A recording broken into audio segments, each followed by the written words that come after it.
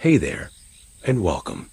Tonight, we re-diving deep into the shadowy world of Appalachian clans who practice dark rituals in secret families whose histories are wrapped in mystery, fear, and whispers of the supernatural. These aren't just tales of superstition or folklore. They are stories passed down through generations, steeped in ancient customs and eerie ceremonies performed far from the eyes of outsiders. In the remote hollows and thick forests of the Appalachian Mountains, some families forged pacts with forces beyond our understanding. They guarded forbidden knowledge, performed rites under blood moons, and called upon spirits said to protect or curse them. These clans lived by codes older than the settlers, wielding power both feared and respected, their secrets hidden behind closed doors and silent woods. Tonight, we'll explore 15 such families, their dark legacies, strange ceremonies, and the chilling consequences that followed. From shadowy gatherings to blood pacts, from mysterious fires to cryptic symbols, these stories reveal a world where the line between myth and reality blurs. So settle in, turn off the lights, and prepare to uncover the hidden histories of Appalachia's most secretive and deadly clans. Because in these mountains, some rituals are better left undisturbed. In the most secluded reaches of the southern Appalachian Mountains, where ancient hardwoods stand like silent sentinels and the mist rose so thick it swallowed roads whole, lies a forest known to locals as the Shadow Grove, and to those brave enough to whisper the name, a place bound to myth and dread. It was here that the Grimwood family lived and ruled, guardians of a land said to carry a curse older than memory and rituals forbidden to the light of day. The Grimwoods trace their lineage back to the earliest settlers who tamed these mountains. Over centuries, they earned a reputation not for violence, but for an eerie devotion to a patch of land deep in the forest, an otherworldly grove of twisted oaks and moss-draped limbs.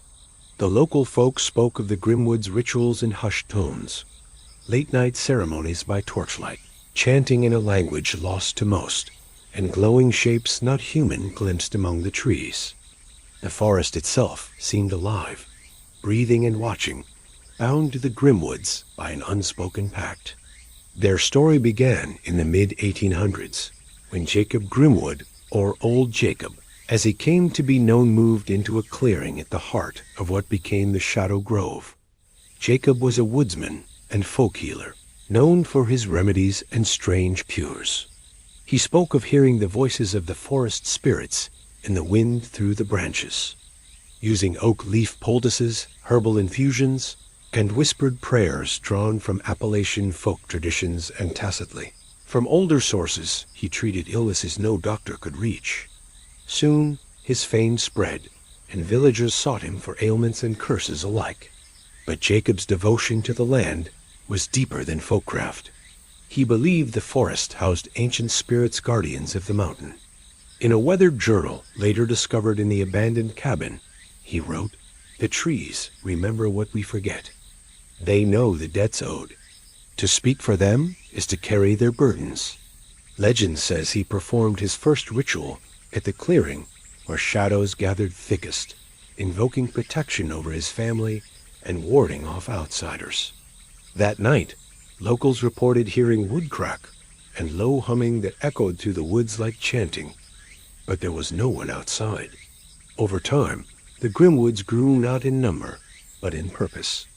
Generations learned the rites in hush-toned initiations, passing along cryptic symbol-etched bark strips, herbal mixtures only active under moonlight, and stories of spirits bound by oak roots. They guarded their rituals carefully, trusting no one beyond the clan. Outsiders were warned never to enter the grove. Some disappeared inside for hours, only to emerge shaken, pale, and forever silent. The cemetery beside the cabin offers chilling evidence. Weathered headstones lean at odd angles, some cracked open with moss inside. The few gravestones bearing dates all fall in early autumn, perhaps marking the Grimwoods' annual ritual season. Villagers say the forest reclaims these graves swiftly. Vines climb into carved names, and by winter, The markers are lost beneath leaf mold. The Grimwoods saw this as part of their duty, to ensure the forest remained in dominion of nature's cycle. Tensions grew beyond shadow and rumor when outsiders violated the boundary. In 1924, an itinerant preacher led a small group aiming to perform revival services near the grove. Several nights into preaching, the congregation reported lights dancing in the tree line, unlike lantern flame-cold, flickering, and unearthly. One man swore he saw figures moving beneath the trees with branches for arms, chanting in a deep, resonant drone. Panicked, the group fled at dawn. The preacher later recounted a voice carried by wind. "This place is guarded. Depart or become part of the grove." He died a month later of fever. Local gossip claimed the forest spirit claimed his voice in exchange. By the 1940s, word of the Grimwoods' powers drew more attention. People sought them not only for healing, but for curses to afflict enemies or fortunes to be reversed. Jacob's descendants, however, claimed no malice. They offered both cures and consequences strictly within the grove's judgment. Those who requested help brought offerings: pressed oak leaves, stones carved with runes, vials of their own blood, sealed in amber glass and buried beneath the oldest oak. Services were offered only under moonless skies, once each year, at a clearing so remote even deer avoided it at dusk. An old widow, Mrs. Tate, was one who sought Grimwood help in 1957. Her only son had fallen into ruined gambling and now lay comatose. She stood at the grove edge at midnight, holding an oak leaf bundle. She later returned trembling, claiming she saw the spirits release a breath of cold air that made the trees shiver. When her son woke days later, she said he spoke strange words. "Mother, P-A-Y-dets." He left soon after, joining a traveling carnival. Some say he roamed for decades, mumbling of debts and oak roots, long after the widow passed. Despite growing superstition, a few local officials tried to investigate. A pair of county commissioners visited the cabin in 1969 under cover of mist. Inside, they found a circle of oak bark strips etched with sigils, ash from extinguished candles, and a scapular made of woven leaves. Before long, one commissioner fell ill with inexplicable symptoms: fever, skin rashes in patterns like oak leaves, intense nightmares of chanting among trees. He never recovered. Local doctors called it a rare infection. His colleagues believed the forest responded. By the 1980s, the Grimwood lineage dwindled. Younger generations chose the town's jobs, schools, modern life, and refused initiation. The grove, deprived of its keepers, grew darker. The house fell into disrepair, the path to the clearing overgrown. Still, those unable to let go spoke of the forest missing its bond creaking longer at midnight, groaning branches, whispers in languages no living soul knew. The last Grimwood left in 1998, Jacob Stern Grimwood IV, a quiet man who insisted on protecting the grove. On the eve of his departure, traveling north to start anew, he tied a worn oak ring at the cabin door and whispered, "As long as I go, the grove remains guarded." That winter, the grove welcomed ice storms that shattered branches and bruised bark. In spring, new growth sprang bright and quick, almost aggressive. Vines slugged across the cabin much faster than years before. Today, no Grimwoods live near the grove. The cabin is moss-covered ruin, windows boarded or broken, and the path to the clearing overgrown with briars. But on certain nights, when moonless darkness cloaks the hollow and the wind stills, you can hear a deep hum echoing through the trees, faint but persistent. Hikers have refused to pack it as their own equipment malfunctioned around the grove. Compasses spun, lights flickered, and once a camera captured faint orbs drifting like fireflies, only to vanish on playback. Locals still speak of Grimwoods in halting tones, calling themselves keepers, or speak of those who walk with the shadows. Tourists are warned away.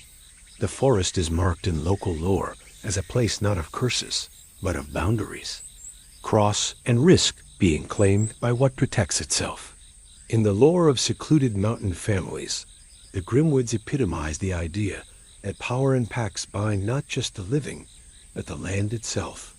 They were not simply healers or ritualists.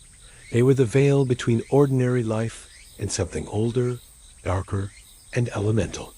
The Shadow Grove is less a location than an idea, that there are places people guard, not from evil, as they'd say, but because the place is older than evil, and it demands respect, fear, quiet duty, and secrecy. If you ever wander the paths near the ridge where the Grimwoods once lived, listen closely for the hum. And if you feel the air tremble around you like chanting in leaf limbs, don't approach. The Shadow Grove still waits. And its keepers may no longer be flesh and blood, but the pact remains. They were known by many names, whispered in fear or awe, depending on who you asked. The Night Folk, the Crimson Kin. But in the dusty corners of forgotten county records and decaying family Bibles, they were simply the Crowleys. Nestled deep in a hollow between two ridges of the Appalachian Range, their homestead was hidden behind dense thickets of laurel, and the kind of trees that never quite lost their leaves, even in winter. It was said that if you stood at the edge of the Crowley property during a blood moon, the air would hum, not from wind or animals, but something older. Local children dared each other to cross the boundary lines carved in stone around the old Crowley place. Most didn't make it more than a few steps before turning back, overcome by an unexplainable sense of pressure in their chest. Those who stayed longer spoke of feeling watched, even in total silence. And when the blood moon rose, that rare, coppery eclipse that painted the sky in ancient red, the stories grew darker. The Crowleys didn't just celebrate it. They waited for it. From the outside, the family seemed eccentric at worst. Their land stretched far, yet they kept to one weather-worn house and two smaller outbuildings, all half swallowed by vines. The matriarch Eleanor Crowley was rarely seen, except for the market trips she took with her twin sons. She wore veils, even in summer, and spoke with an accent no one could place. The sons, Elijah and Thomas, were polite but distant, the kind of boys who would answer questions but never ask them. And then there were the gatherings. Locals began to notice a pattern. On certain nights, always near the lunar eclipses, strange visitors arrived in the hollow. Not from neighboring towns. No one recognized them. Their vehicles were old, often missing plates, and they brought with them parcels wrapped in cloth, carried close to their chests like offerings. Smoke rose from behind the Crowley barn those nights, thick and sweet-smelling, and chants, low, rhythmic, almost musical, drifted down the mountain like fog. Dogs howled. Birds fled. Sheriff Renner once tried to break up one of these gatherings. He climbed the path with two deputies after a complaint of trespassing and strange lights. He came back alone, pale, silent, and in the weeks that followed, he handed in his badge and moved out of state. Rumor was he couldn't sleep without hearing the voices. He'd wake in cold sweats, mumbling about a circle of salt, red candles, and something rising from the ground. The Crowleys were never charged. Eleanor's own journal, found years later in the attic of a descendant, detailed the rituals, or at least the intentions. She spoke of protection, of bloodlines and bargains, of calling on the deep knowing for strength, especially in times when the land seemed to turn against them. Her ancestors, it claimed, had brought the rituals from the old world, not Europe, older. Those who delved deeper into local lore began to piece together older stories. Before the Crowleys, the land was said to be avoided by even the native tribes. A cursed grove with a veil between worlds thinned, a place where voices spoke in dreams, and those who answered them never returned the same. In 1923, the town of Malaridge experienced its worst drought in history.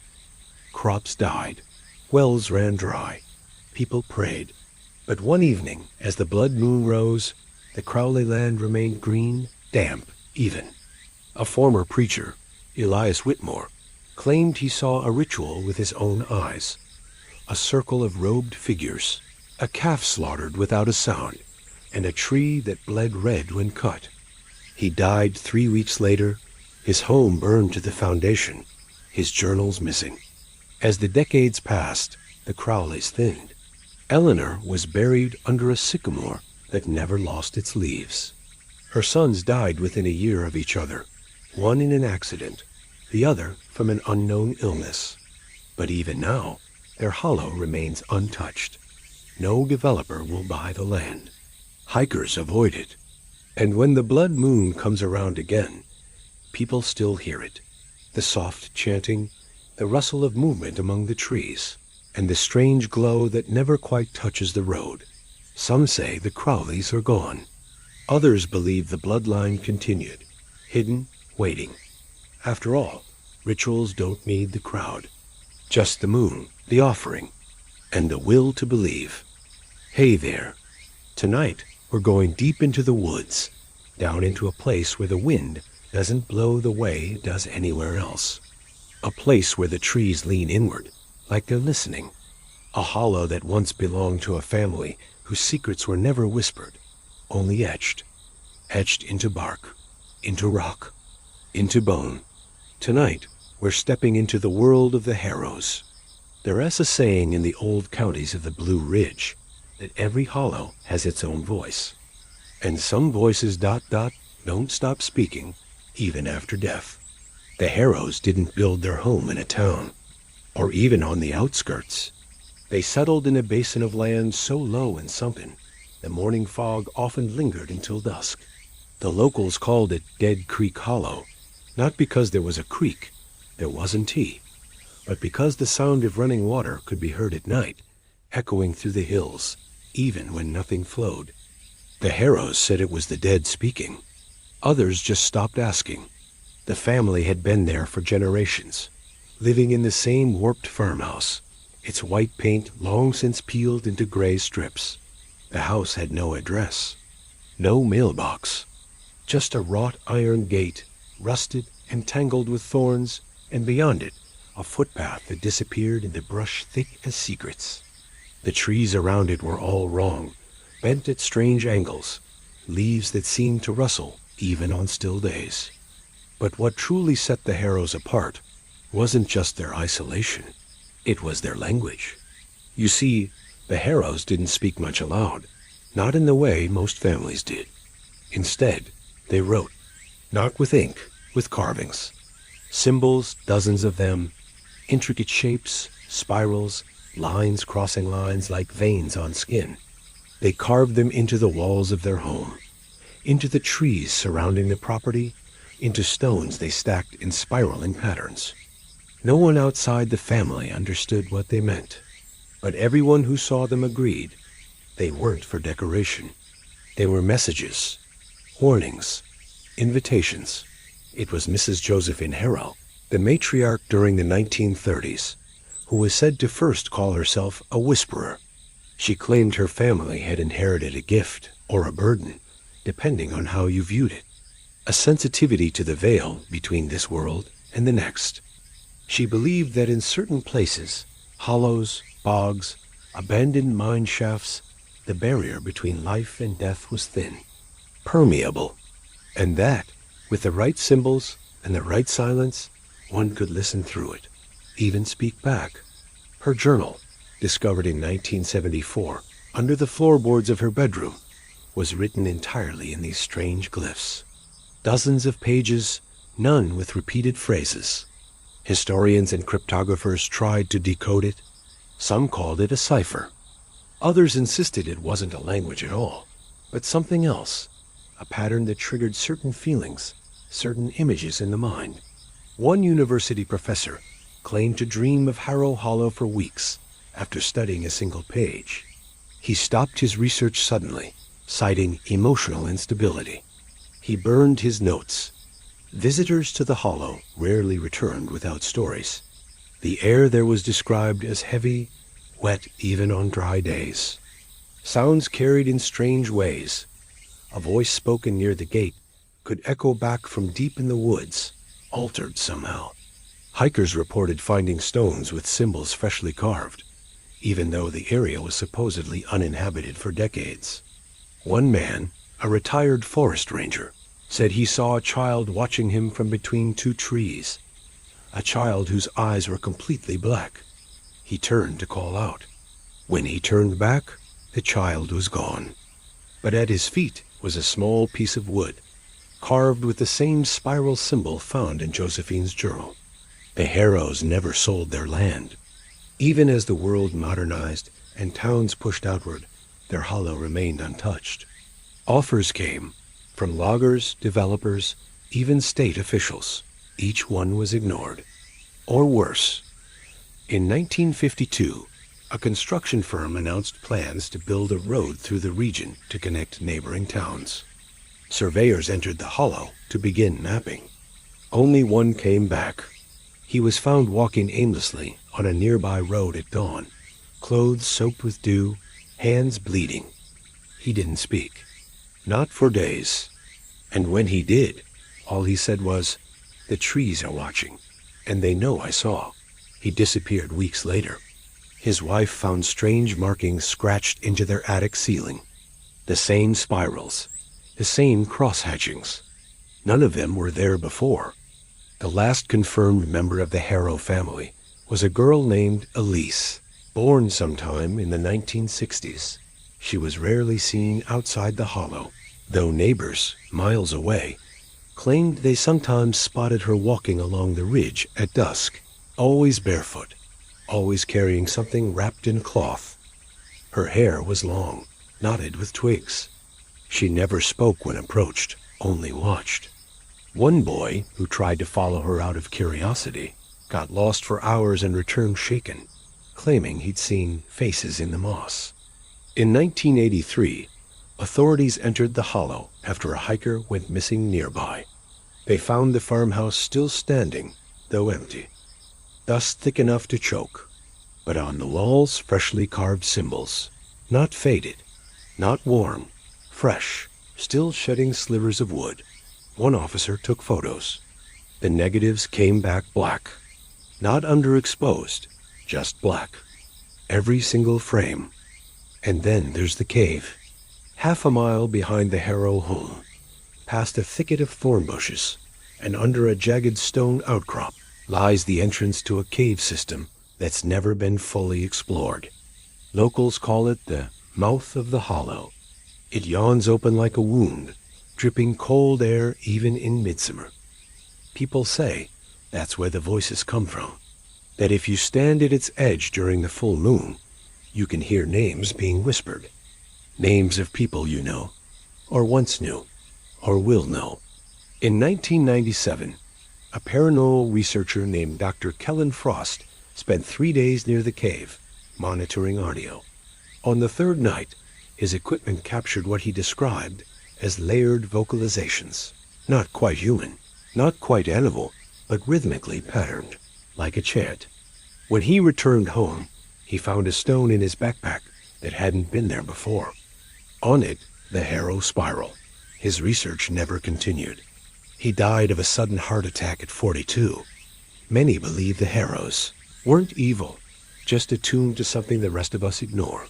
That they weren't summoning anything, only listening, translating, leaving a record in case the veil ever tore open fully. Others say they were the ones keeping it shut. There's an odd silence in the hollow now, as if even the birds avoid it. The trees still lean inward. The symbols remain, some carved so deep into stone they look fossilized. And at the center of the property, surrounded by a perfect circle of ash trees, is a smooth granite marker. It has no name, only a spiral, cut so precisely, so perfectly, it looks etched by machine. But it's older than any tool could explain. And around its base, small offerings still appear. Feathers, dried flowers, tiny bones. Who's leaving them? No one knows. But the whisperers, they say, never really left. They just learned to speak in silence. And sometimes, if the fog is thick enough, if your mind is quiet enough, and you step inside the harrow's hollow with a respectful heart. You'll hear them whisper back.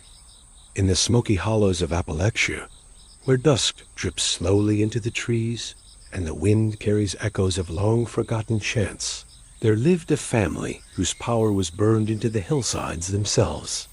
The Blackwells were known across counties not for violence or feuds, but for their mastery of something far stranger, the witchfire. Flames that glowed in fields at midnight, without spark or ember, burning green or blue in the stillness of night. Flames that answered their summons, appeared at their bidding, or struck like curses aimed at enemies. The Blackwell homestead sat on a ridge overlooking Smoke Jump, Hollow, a place named for the early morning fogs that seemed to rise from nowhere. The house was simple, white clapboards blackened with soot, windows caked in resin, and stone chimneys so thick with tar they glowed faintly when the moon was full. But it was what happened at night that made people mark time by Blackwell hours, when the witchfire danced across fields and the hush of midnight formed a circle around their land. The legend begins in the early 1800s with Abigail Blackwell, a woman both revered and whispered about. They called her the Flame Mother. Abigail was rumored to have the gift or the curse of speaking to fire. She healed wounds and lit hearths, but also, according to some stories, walked barefoot into the woods at midnight and called forth glowing embers that hovered in circles around her. Locals said children saw her silhouette outlined in azure flame, and hunters whispered they smelled burning brimstone when she was near. Abigail's journals, discovered decades later hidden in a chest beneath floorboards, spoke of witchfire as an ancient power, a spark of old earth and old skies. She wrote, the blood of vegetation, of coal dust, of secret hidden energy. She described midnight rites near solstice, laying out iron rods and star patterns, burning specific woods, hickory, elder, pine resin, and chanting in a dialect older than English. The flame, she claimed, was not flame. It was witness. As generations passed, the Blackwells learned to harness the witchfire. On nights when trouble struck livestock dying mysteriously, crops blight, they would gather in a stone ring built on burnt earth. Torches in hand, they called the fire into the night, bright ringlets of colored flame dancing in eerie quiet. When neighbors returned to their homes, they sometimes found cinders in their doorways, blackened symbols that spelled warnings. A burned crest, a circle, a single dot. One infamous retaliation occurred in 1918 when a rival family known as the Merlins accused the Blackwells of taking too much land. Late one stormy night, the Blackwells performed a witchfire curse. Locals who watched from hiding spoke of green flames sweeping over the Merlin barn, burning it clean in minutes, yet leaving the palings around untouched. Inside, all animals were dead, but no human harmed. The Merlin patriarch was found next morning sitting by the ruins, his eyes open wide, hair singed, silent. Authorities tried to call it an accident lightning strike, but survivors spoke of the green glow, the sudden heat without storm, the black ashes in perfect circles. The Merlin family left soon after. Strange healings were also reported. A child with fever, left for dead, was placed inside the flame circle at witchfire midnight and pulled back unburnt, eyes clear, body cooled. A man once cursed with wasting sickness left by sunrise after lying upon a flame-charmed stepping stone. Touching it left a burn mark in the shape of willow branches. The fire, though, was never benevolent without price. Not every ritual ended well. Records hint at a tragedy in 1937 when Abigail's great-granddaughter, Lilith Blackwell, became obsessed with bending the fire to her will. She attempted to raise the witchfire alone, whispering chants at dusk without community rites. When it responded, tongues of blue flame raced through her hair and down her arms. Her body was consumed, but her spirit? Some said they saw blue embers drift upward from the ashes. Others refused to say more. After that, the family became quieter. The rituals became collective again, Full moons only, each step meticulously followed. Outsiders weren't allowed. No trespassers. And the few who observed from afar saw that if the wind changed or the smoke shifted at precisely midnight, the witch fire did not spark. One researcher, Dr. Mariana Liss, visited the hollow in 1959. She was drawn by rumors and old folktales. She recorded interviews, took soil samples richer in charcoal, iron, and resin than surrounding land. She mapped ley lines and magnetic anomalies. But on her final visit, she brought flame to test, sparked a torch near the old circle. The torch extinguished in windless air, and the earth beneath her boots glowed faintly green. When she returned to camp, her tent was unzipped and her notebook burned to ash. Years later, a villager recalled seeing her silhouette at midnight near the stone ring until she vanished into green flickers. Despite these tragedies, the Blackwells persisted. Into the 1970s, black and white photographs emerged, taken secretly at midnight gatherings. They showed pale faces glowing in the firelight, circles of glyphs scorched into ground, and one photo captured an orb of blue flame floating above a child's small hand. Interest grew. Researchers, occultists, and thrill seekers flocked. One group brought infrared cameras in 1992. They claimed to film flames stretching into shapes, skulls, animal forms, shifting patterns, but their tapes mysteriously disappeared the next morning, stolen from the rental vehicle. Then, in 1998, flames returned in reckoning.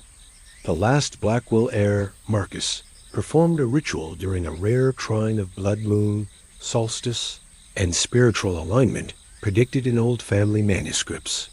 That night, neighbors within 2 miles reported green fire racing across the ridge, silent and swift. A farmhand watched as it circled the Harvest Festival bonfire, turning all wood black as if it had always been burned. But in the morning, no trace remained. The next evening, the Blackwell homestead was empty, locked doors. Tables laid for dinner, but untouched. No footprints in the yard, just silence. Within a week, flyers circulated.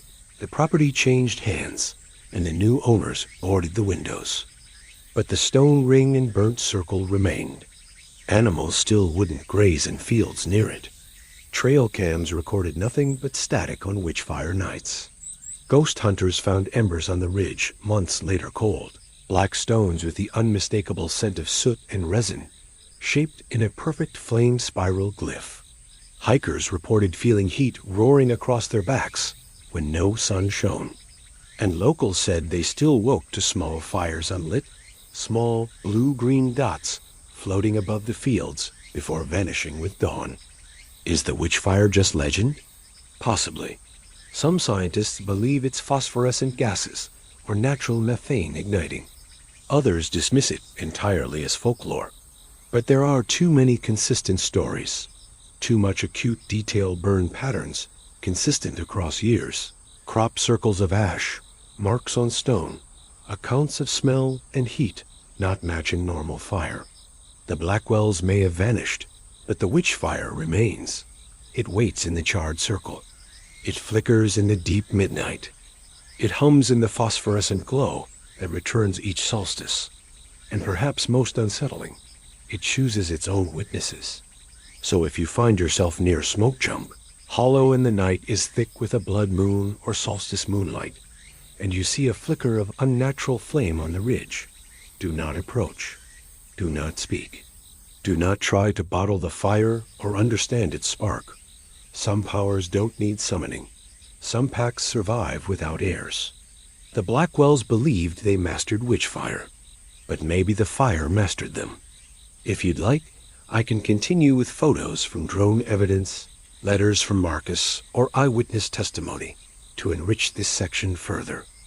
In one of Appalachia's more remote hollows, veiled behind a curtain of hemlock and rhododendron, the name Drake carried a mixture of reverence and dread, not for deeds of violence, not for feuds or vendettas, but for something older, colder, bones. forgotten bones dug from lost burial grounds, carried home on moonless nights, and used in dark rites that purported to command spirits of the dead. The Drakes became known as bone collectors' people, who communed with the beyond by touching what others buried and forgot. The Drake homestead was built on a ridge overlooking Requiem Hollow, a thin valley with a stream that ran silver in moonlight, and buried graves scattered beneath moss-stained stones. The house stood stoic, gray clapboards patched over with mismatched wood, a porch that sagged under weight of silence, and windows that glinted in the dusk, betraying an interior cluttered with jars, bones, and tangled roots. At the heart of their legend was Virgil Drake, a man born in the late 1830s who grew obsessed with death. His father died young, and in his grief Virgil began scouring abandoned cemeteries at night, collecting bones scattered by animals or erosion. He believed every bone carried a spirit fragment, an echo of life that could be summoned, bound, or persuaded with the right words and symbols. He built a workshop filled with femurs, skull fragments, vertebrae, each labeled, catalogued, and assigned to rituals he recorded in his journals.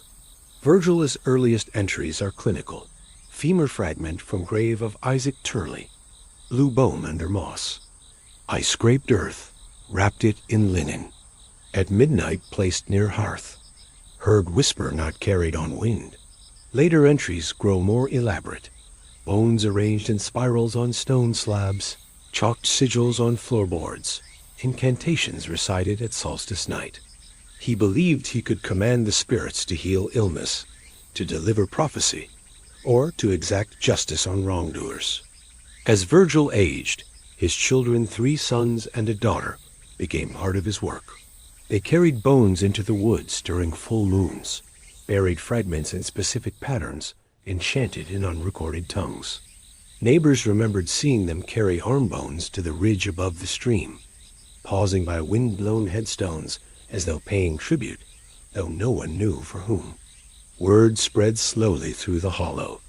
When livestock died, strangely eyes clouded, bodies bloated, suspicions turned to the Drakes. Folk who fell ill sometimes visited the homestead seeking relief. A child buried in bone ash reportedly awoke at midnight, speaking in Virgil's voice. A neighbor cursed in a dispute died in his sleep with bone fragments found beneath his pillow. Yet others believed the Drakes healed more than harmed. A widow named Clemens visited in 1921, requesting a ritual to relieve her husband's chronic pain. According to her account, Virgil placed a jar of powdered bone near his bedside, whispered words at dawn, and the man breathed easily for the first time in years. She offered coins, which the Drakes refused, saying the cost was paid beneath the soil already. Still, rumors grew that their power came at a terrible price. In 1935, tragedy struck. Eldest son Thomas Drakestrict, devout, attempted to summon a spirit of vengeance for a man who had wronged his sister. According to notes scribbled later in haste, Thomas tried to bind the spirit with a circle of bone shards and salt. The ritual collapsed. Witnesses reported hearing yelling in the house, a thunderclap like a shotgun, followed by silence. When others entered, Thomas lay dead in a pool of black ichor, bones fractured, eyes fixed on something no one saw. From that moment, the family fractured. The remaining sons withdrew deeper into occult work, hiding bones in hidden caches beneath the floor. The daughter, Marianne, moved away in secret, abandoning the homestead and leaving behind masses of remains. The closest neighbor, Deputy Rawlings, recalled searching the house in 1941 after a disturbance.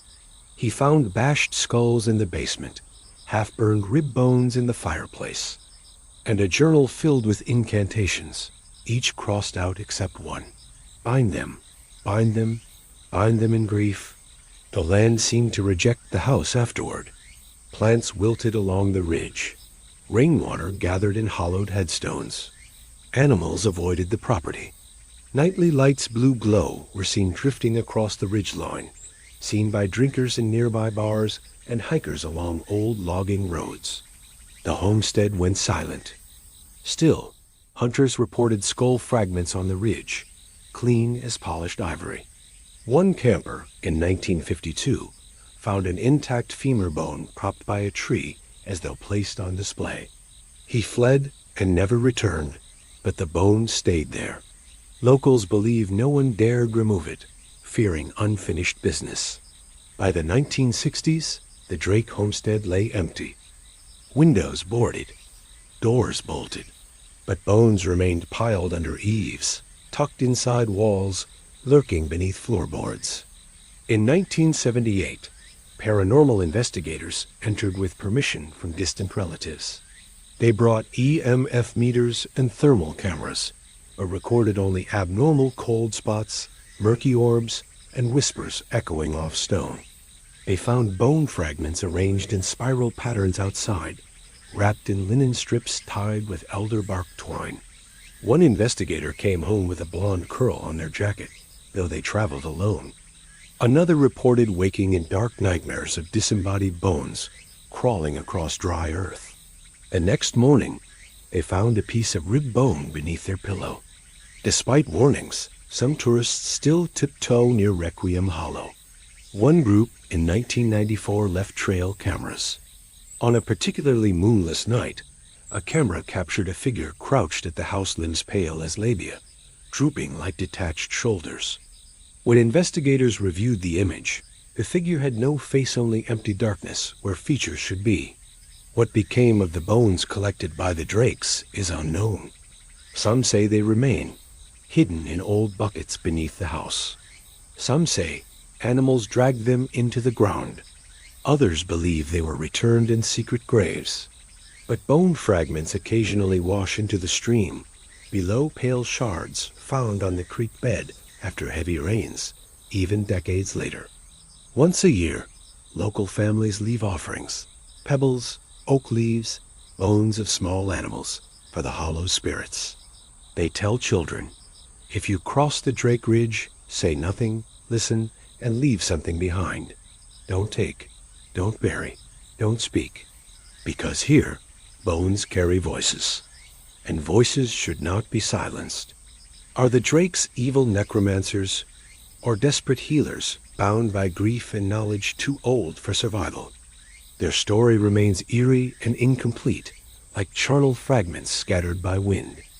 The ridge remains empty, yet watched. The bones still echo. And in Requiem Hollow, silence is never empty. It is listening. Would you like me to include excerpts from Virgil's journals, interviews with descendants, or forensic soil analysis to deepen this narrative? In the deep hollows of Appalachia, past ridges where even the wind seems cautious, the Ravens clan held a terrifying power, the song of silence. Not melody, but absence of sound so complete that it swallowed voices, footsteps, even breath. And it was their ritual chant, performed only under moonless skies, that wove that silence into enemies and summoned shadows that moved unseen in the dark. The Raven family had lived in Corvid Hollow since before the Civil War. Their homestead sat astride a hill, overlooking a narrow valley so quiet you could hear your own heart. The house was tall, with steep gables and dark wood, stained by soot and years of neglect. The woods surrounding it stood unnaturally still, as if life held its breath. Even daytime air felt weighed down, heavy with anticipation. At the heart of their myth was Marabella Raven, whose reputation grew in the early 1900s. She was small, always clad in black, her eyes dark and knowing. Locals said she spoke to ravens perched near flight wire branches, teaching them words, not caws, but coughs and clicks. She claimed a family lineage tracing back to those who believed sound was sacred, and sound withheld was even more so.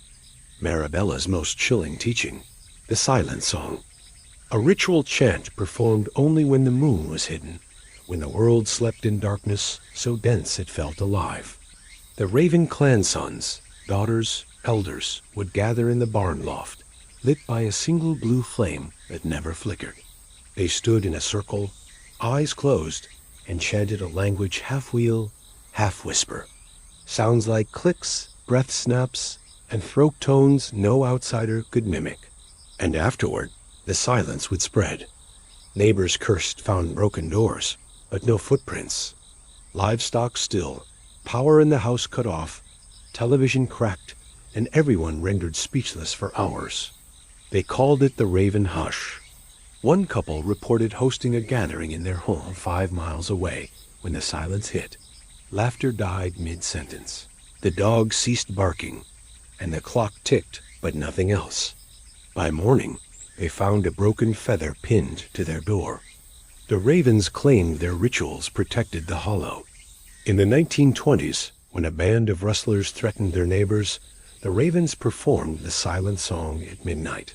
That same night, one rider vanished found the next morning in Corvid Hollow, his horse grazing calmly. He whispered nonsense until he died. The rustlers left the region and never returned. Locals credited the ravens. Their private ledgers, discovered decades later hidden behind paneling, spoke of a pact. Silence is both shield and weapon. The song binds the wrong and releases unwitnessed judgment. The ledgers included passages like, "To sing absence into being is to command fear." But there were darker tales. In 1934, a young man named Harvey Cross tried to record the silent song by hiding in the barn loft. He reported hearing rasping phrases that felt alive, and then nothing. His recorder played 2 hours of silence when reviewed. Afterward, he couldn't speak for 3 days. When his voice returned, it was slurred. He eventually fled the county, never to speak of what happened. In the 1950s, sheriff's deputies investigated after multiple residents awoke at night to find the ravens outside their homes, pacing silently in pairs, heads bowed so low their faces shadowed. The officers reported the ravens vanished when approached, leaving behind only rustling feathers and faint echoes of a murmured chant, and the residents slept through it all. When deputies woke the next morning, the ravens were gone. No arrests were made. Not everyone praised the clan. Some feared the power came at a terrible cost, that performing the song weakened the ravens' own voices. Family members occasionally fell silent permanently. A dreamer named Lillian, who helped chant once, lost her ability to speak at all. She resorted to writing, scrawling only a single word repeatedly in her journal: silence. In 1972, youngest raven daughter Iris performed the chant alone, unsanctioned. Witnesses reported seeing a black shape glide across the floor of her chamber face blank, limbs flowing like smoke. She vanished the next morning, bed empty, no footprints beyond the door. They found her box of feathers, still intact, but fine hair-thin strands stuck between them, threads of blackness. And the silence remained heavier now. Despite tragedy, the ravens persisted. Into the 1980s, local youth dared one another to spend the moonless night within Corvid Hollow. Few stayed more than an hour. They reported hearing echoes snapped branches, stone clicking, breath that paused when they inhaled. All the while, a hush pressed against their eardrums, and rising up from the valley floor, the shadow shapes, silhouettes that hovered, followed, but never touched. Photographs taken near the old Raven property at night later revealed strange disturbances, smudges in the frame, arrays of fine black feathers etching patterns across the lens. Infrared cameras captured forms with no body, heat walking the ridge, crouching near barns, watching with hollow eyes. And in audio logs, when sound should have filled the woods, the recordings were blank, silent voids. Local folklore turned into warnings. Say nothing. Do not whistle. Do not hum. If you must speak, use names softly. And never whistle after nightfall near Raven Land. Some say whistling demands attention, and the Raven's song answers in full. By the mid-1990s, the Raven clan shrank. Culture shifted. New generations left for the cities. The old homestead stood abandoned, roof caved in, fields sown with grass knee-high. Yet the silence lingered. The hollow didn't echo again. Birds flew in low arcs, reluctant. Wind twisted through the trees like breath. And at night, when the moon hid behind clouds, neighbors still heard faint rattling of bone-white feathers across the ridge. Occasionally, townsfolk leave small gifts at the old gate: coins, stones, notebooks with blank pages. A gesture of appeasement or remembrance. No one knows who leaves them. Maybe rogue raven cousins not of the clan, bearing witness. Maybe travelers who passed through too close and paid the price. Or maybe the silence itself leaves them. If you ever find yourself in Corvid Hollow on a moonless night, tread softly. Keep your voice low. And should you hear a hissing chant fade into stillness, do not attempt to record it. Let the silence stand. Because sometimes that which hears too much is already listening. And the ravens? They may no longer chant, but their song remains on the wind, in the hush, and in the shadows moving just beyond the trees. In the deeper folds of Appalachia, past the mapped roads and the last flickers of civilization, lies a stretch of forest so dense and brooding it seems to breathe. Locals call it the Thornwood Grove, a tangled place where wild roses climb toward ancient oaks, and the underbrush serves thorns like teeth. In those woods once lived the Crowfield family, and so long did they hold vigil over that grove, so entwined were they with its spirits, that the boundary between family and forest became impossible to tell. The legend begins with Abraham Crowfield, who settled on the edge of the grove in the late 1700s. He married a Cherokee woman who warned him of the spirit that dwelled there, a being of thorns and sap and ancient power, older than any settler. Abraham scoffed at superstition ... until his crops failed, his livestock perished, and winter's chill settled in his bones by midsummer. Faced with ruin, he agreed to a bargain. It was a blood pact. One midsummer night, Abraham traced thorned vines into the heart of the grove, where he carved his wrist beside a knotted oak root and poured blood into the earth. In return, the spirit whom he called the Thorn Mother granted fertility to his land, but with a cost. Every generation of Crowfields must accept her mark, vine-like scars blossoming across their wrists, binding their fate to the grove. The first forged generation blossomed. Fields yielded new life. Children were born strong. The Crowfields prospered, but with each passing decade, their eyes grew strange, distant, urgent. Their loyalty lay as much with the deep woods as with kin or neighbor. Visitors to the homestead recalled vines creeping around boarded windows, leaves pushing inside as if drawn toward life. By the mid-1800s, the Crowfields understood the pact's darker side. The Thorn Mother demanded offerings: small animals, herbs, and occasionally blood. The symbols carved on bark became signature vines, spiraling into roots and branching across groves. Their journals, discovered recently in a family cupboard, speak of midnight ceremonies, a favored thistle mixed in wine, chants in Cherokee and Latin, thorn-cut rings pressed to flesh, while the wind tore across leaf-limbed branches. They believed the forest would protect them, and it did. In 1865, when a band of raiders torched the hollow, the Crowfields emerged unscathed, crops lost, homes burned, yet not a soul harmed. When wolves reappeared on nearby ridges, they circled the Crowfield cabin at dusk, then vanished into brambles before a single hunter could fire. Story after story tied back to that grove's vigilant presence. Yet the pact demanded more. In 1910, drought and sickness plagued the county. Desperate, a Crowfield grandson named Samuel agreed to renew the bond.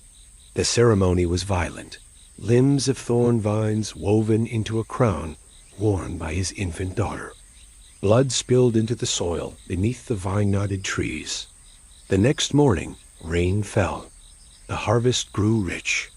But the child's skin remained scarred in vine patterns, beautiful, disturbing, permanent.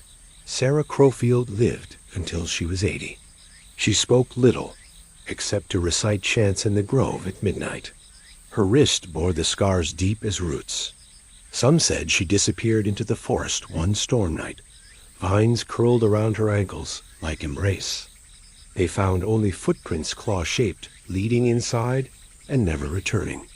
The family claimed she'd gone to join the Thorn Mother. Over time, the Crowfields withdrew.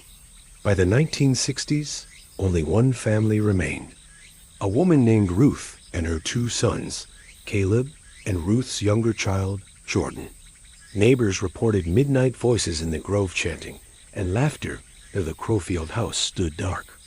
Hunters reported vines snaking along the paths, thorns reaching for ankles and dragging hikers inward. Lights glowed between the trees, green and pulsing, visible only from certain clearings. Ruth's sons carried on the rites, though each bore vine scars upon their wrists. Caleb, older and steely-eyed, refused to leave. Jordan, softer and hesitant, often lingered where the thickets ended. He once told a friend, "I can hear her in the vines," before dissolving into tears of fear. In 1984, a fire ravaged the hollow. Investigators found at the edge of the scorch, where the Crowfield cabin had stood, Haring Ven thorns arranged in a circle, charred but unburned. Embedded in the soil were dozens of small bones bird talons, teeth arranged like an offering. Vines surged through the ash as if alive. Ruth and Caleb were gone. Jordan stayed, silent as dusk. After that, the forest seemed to claim the land fully. No human footsteps tread there without slipping. Birds avoided the canopy. A faint humming could be heard barely above wind. Cameras failed. Drones lost contact. GPS devices blinked and erased their tracks. Word of the family dwindled into memory. Neighbors rewrote local maps. But memories remained sparks in old folktales. Children snapping twigs in the grove, waking screaming days later, or men shooting at moving shadows, only to find nothing. A woman claimed once she kissed the vine, and it burned her lips with heat. She ran screaming until vines curled her ankles, halting her near collapse, but released as soon as she prayed aloud. A team of researchers in 2005 placed recording devices near the deepest grove. At midnight, the mix filled with whispers voices not in any dialect known, mixed with rustling leaves. Then silence. A single note rose like a flute and died. When they tried to retrieve the recorder next day, it was gone, replaced with a thorned wreath that had been snapped off a hidden vine. And so the legend stays. The Crowfields packed holes, sealed by blood and vines, stretching beyond contracts and contracts fulfilled. Their fate, once prosperous, became rooted in the forest's life, in its cycles of growth and decay, of blossoms and thorns. Bound forever by scars, by ritual, by memory. Their grove stands still. An ancient belt of vines circles trees. The earth bears sigils carved into roots, and wolf tracks mark its border. The scars on wrists may be gone, but in the forest, the vine sigils remain. There are no Crowfields left to tend the grove, but there often are offerings. Feathers, tears, stones laid at vines. A single note of song if the wind is right. Some say the Thorn Mother still waits, and that the pact is passed into the land itself, a legacy of binding that requires no living guardian. If you ever stand at the edge of Thornwood Grove, where vines knot and tangle thick and the air hums between the trees, know the pact is still in force. And if you feel a vine brush your ankle, do not pull away. Sit quietly, let the silence hold, and do not under any circumstances cut the vine, for the forest remembers what was promised. And blood binds more than lineage, it binds the earth, the spirit, and the deep-rooted shadows that whisper through the thorns. In the shadowed hollows of Appalachia, where moss clings thick and fog hangs low like whispered secrets, the name Moor carries a weight beyond mere reputation. It is a name bound to the occult, to texts written not in ink but in blood, and to grimoires so forbidden that even the bravest kept their distance. The Moors, a family long settled on the edge of Burklaw Ridge, were keepers of knowledge both feared and coveted, a knowledge passed down through generations, recorded in blood, and said to grant powers that outsiders dared not understand. The story begins with Ezekiel Moore, born in 1823, the eldest son of a line of farmers who tilled the unforgiving Appalachian soil. Yet Ezekiel was no ordinary farmer. From youth, he showed a fascination with the arcane. Locals whispered he spent nights poring over tattered books, scavenged from abandoned estates, or found in dusty library basements in faraway towns. These books were no simple tomes of folklore or superstition. They were grimoires, collections of ritual, incantation, and forbidden knowledge, sometimes inscribed with strange characters and symbols no scholar could translate. Ezekiel's prized possession was the Blood Grimoire, a leather-bound volume, its pages yellowed but supple, written entirely in what appeared to be dried blood. Some say the blood was his own, spilled in dedication. Others whisper darker origins blood, taken from animals, or worse, people. The grimoire's cover bore a crimson symbol resembling a twisted tree, roots entwined with veins, its branches clawing upward, like spectral fingers. Local legend says Ezekiel made a pact with an unknown spirit after discovering the book, a pact sealed with his own blood under a midnight moon. This spirit, some called it a shade, others a wraith, granted him powers to heal wounds, control minds, and summon protective forces. But at a price. Ezekiel had to bind his descendants to the grimoire, ensuring it remained in the family and its secrets preserved, no matter the cost. Ezekiel's journals, discovered nearly a century later in a locked chest beneath the Moore farmhouse floorboards, detail his journey into the occult. They speak of rituals performed at solstices, offerings of herbs and blood, and the reading of passages from the grimoire under candlelight. Some entries describe successes, curing a neighbor's fever, warding off bandits with whispers that chilled their blood. Others tell of failures, rituals going wrong, strange illnesses, and shadows that crept into the homestead. His descendants inherited the grimoire and the knowledge. Ezekiel's son, Jeremiah Moore, expanded the collection, adding journals, scrolls, and cryptic parchments in Latin and Cherokee, suggesting an attempt to blend European occultism with Native American spiritual traditions. By the early 1900s, the Maoris had become secretive and reclusive, their farmhouse fortified with iron talismans, and their nights filled with chanting and flickering candle flames. The Blood Grimoire was the family's most guarded treasure. Locked behind iron clasps, it was brought out only on specific nights when the veil between worlds was thin, such as the harvest moon or the solstice.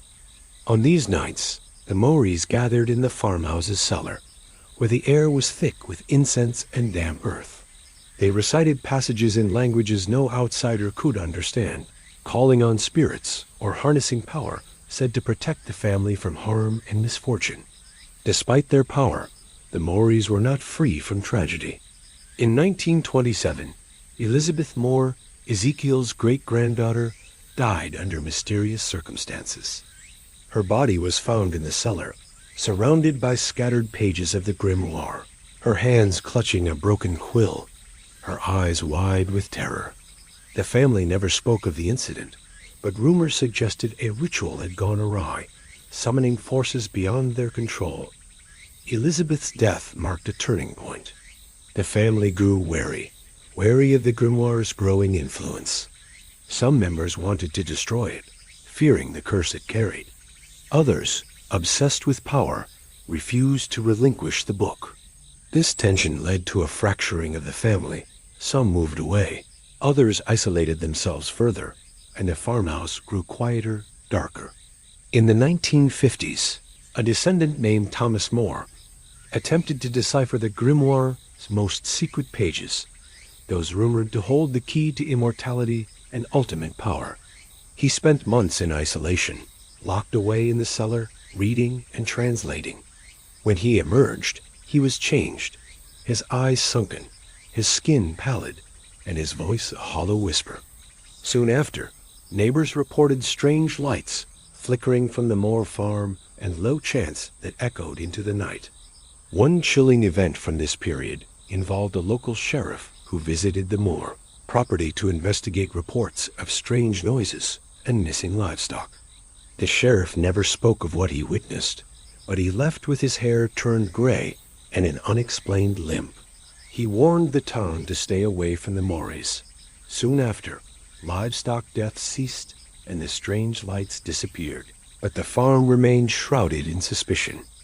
The Moores' influence extended beyond their property. Townsfolk whispered that their powers allowed them to manipulate local politics and business. Whispers of favors granted and debts repaid in unnatural ways. It was said that no contract was signed, no deal struck, without the shadow of the blood grimoire looming somewhere in the background. In the 1980s, a fire engulfed the Moore farmhouse. The cause was never determined officially. It was a kitchen accident. But those who knew the family suspected something darker. The grimoire was lost in the blaze, or so it was thought. Rumors persisted that a few pages had been salvaged, smuggled out by a family member before the flames consumed the house. After the fire, the Moore family dispersed, some moving to cities, others vanishing entirely. Yet tales of the blood grimoire survived. Some claimed the book reappeared in occult circles, its pages circulating among those desperate for forbidden knowledge. Others whispered that the grimoire was hidden, waiting for the next Moore to reclaim it and awaken its powers anew. Today, descendants of the Moores remain scattered, some embracing their dark heritage, others rejecting it. But the legacy of the blood grimoire endures, a symbol of power, fear, and sacrifice. Locals still speak of eerie lights near the old Moore property, of shadows glimpsed through the trees, and of the lingering scent of burnt parchment and iron. Whether the blood grimoire was a source of protection or a curse is a question without a clear answer. What remains certain is that the Moores' story is woven into the fabric of Appalachian mystique, a tale of blood-written secrets, of power sought and lost, and of a family forever bound to the shadows they dared to summon. Deep in the heart of Appalachia, where the mountains curve like whispered secrets, and the forests grow thick with ancient pines, there exists a family whose legacy is forged in flame. The Ashfords, known among locals as the Firewalkers, are tied to an age-old ritual that has both mystified and terrified outsiders for generations. Their practice of walking barefoot across burning coals during solstice nights is said to purify their souls, invoke ancestral protection, and forge a bond with the fiery spirits that guard their lineage. The story of the Ashfords begins in the early 1800s with Elijah Ashford, a man as fierce and unyielding as the mountain itself. A veteran of countless hardships, Elijah survived famine, harsh winters, and hostile neighbors, but he carried something else, an inherited belief that fire was more than destruction. To Elijah, fire was sacred, a purifier, a healer, a gateway to the spirit world. This belief came from his grandmother, a woman descended from a line of mountain healers who spoke of fire's power to cleanse both body and soul. The first recorded firewalk took place on a cold winter solstice night in 1827.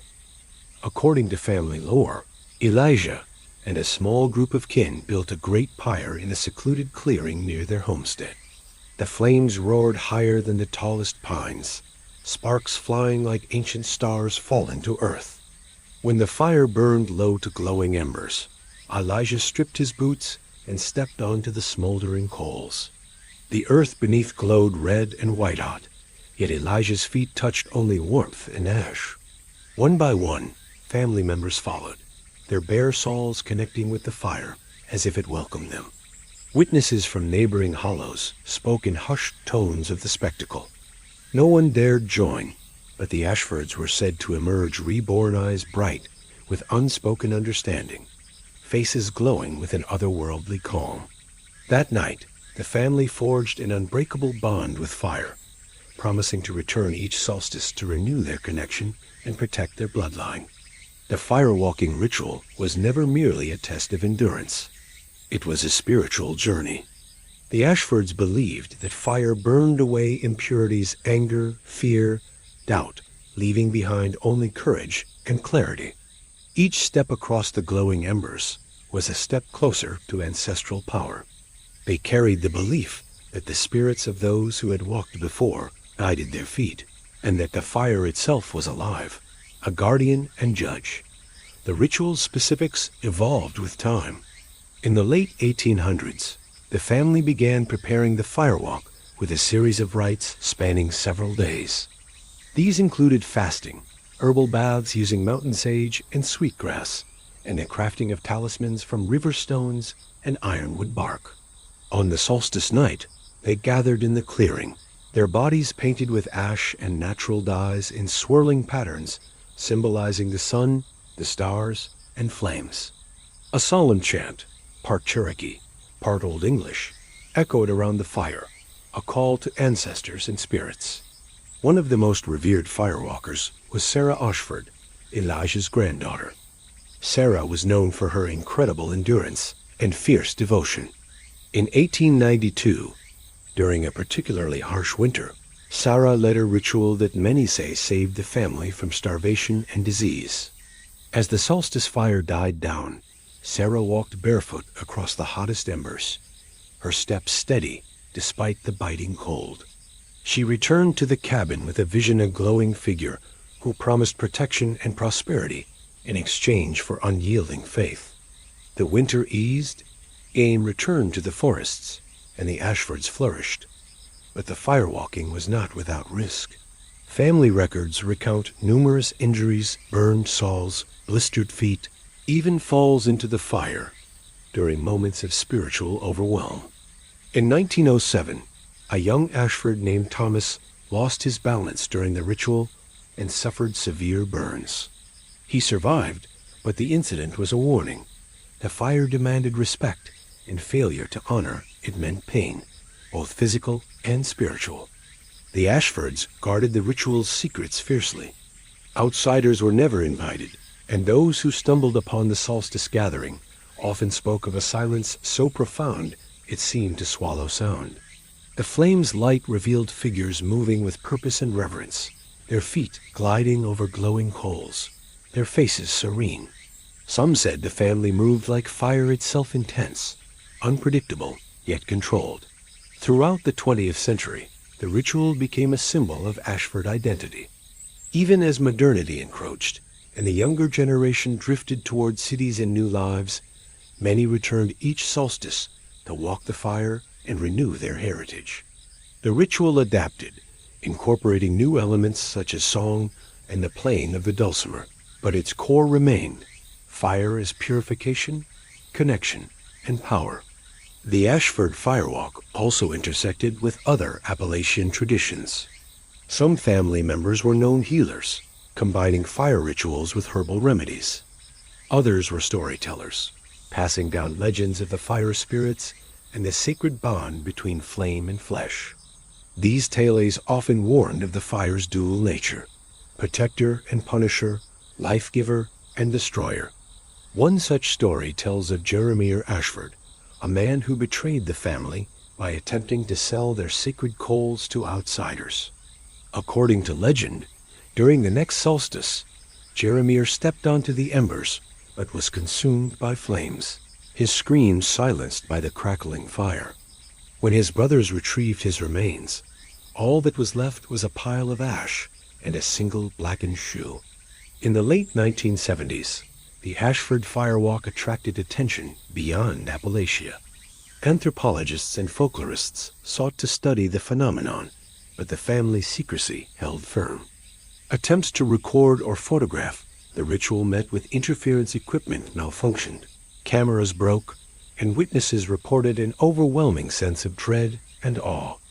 Despite this, fragments of the Ashford tradition seeped into broader Appalachian culture. Some local fire festivals incorporated elements of their practice, though none matched the intensity or spiritual depth of the firewalkers. The ritual became a whispered legend, a sacred mystery known only to a few.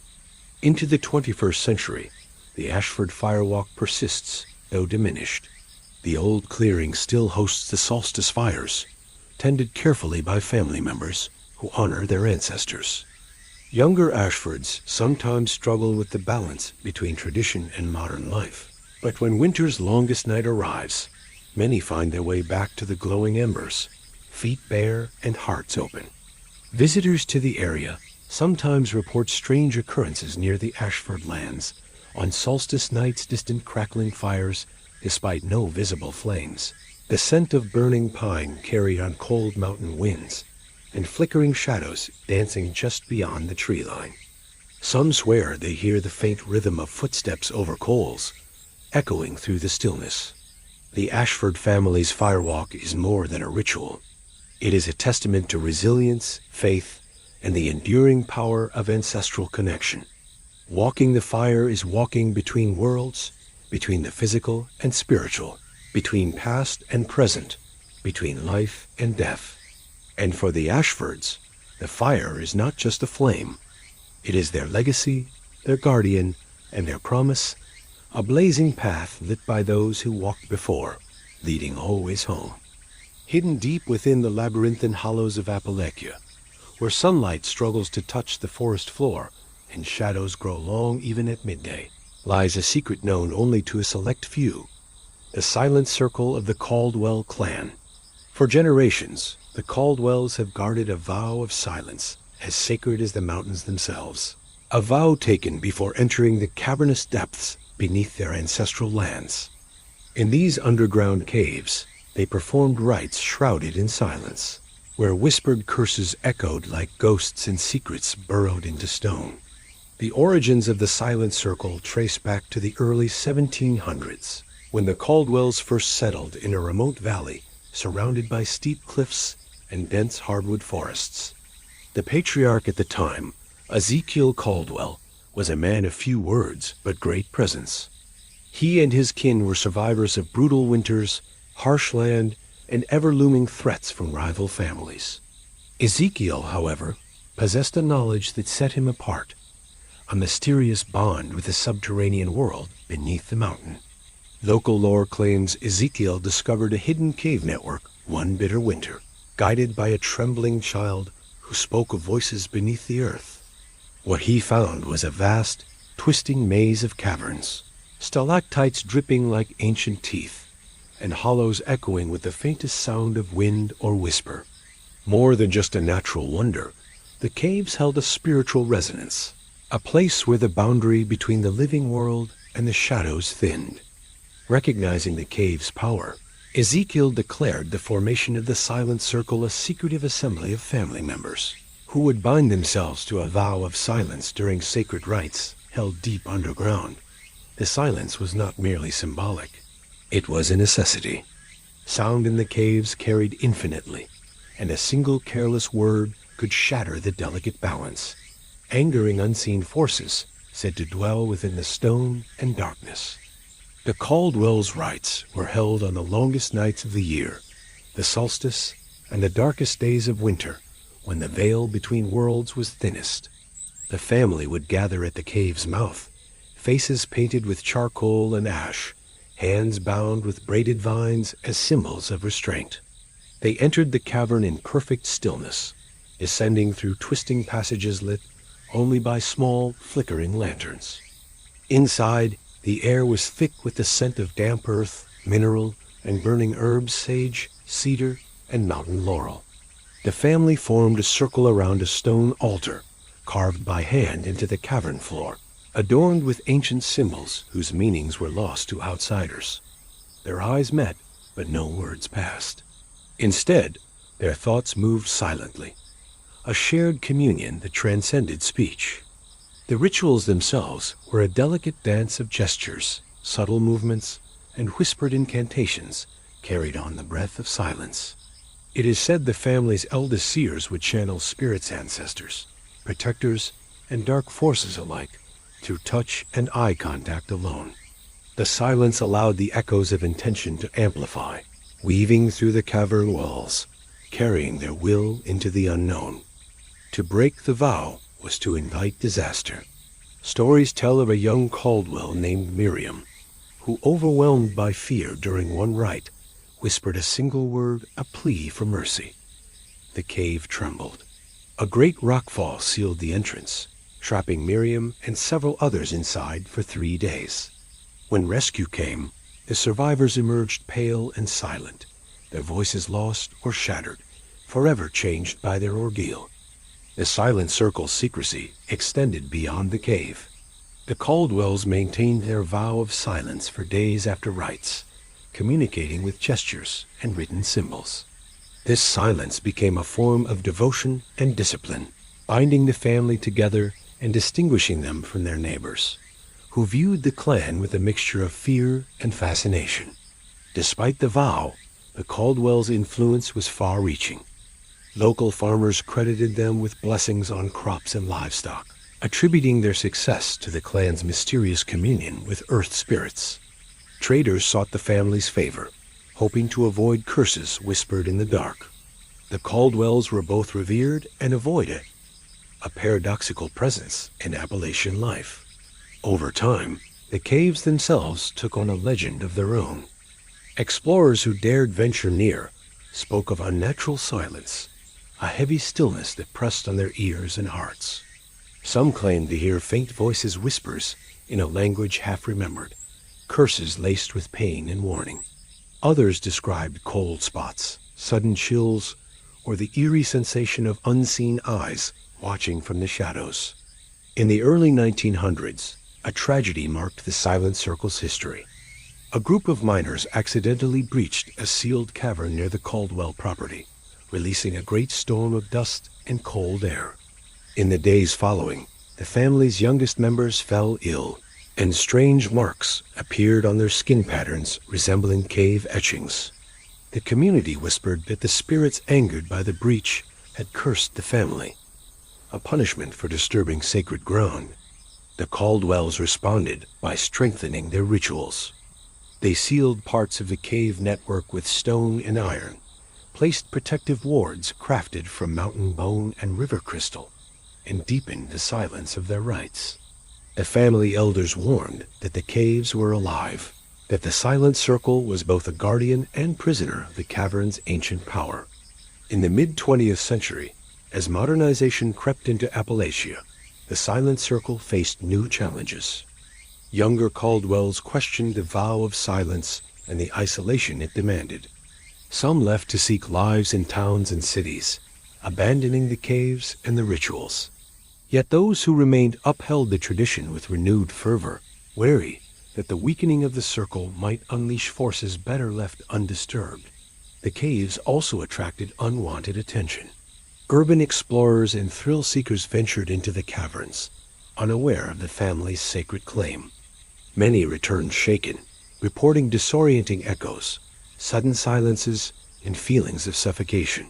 Some disappeared altogether, swallowed by the labyrinth or something darker.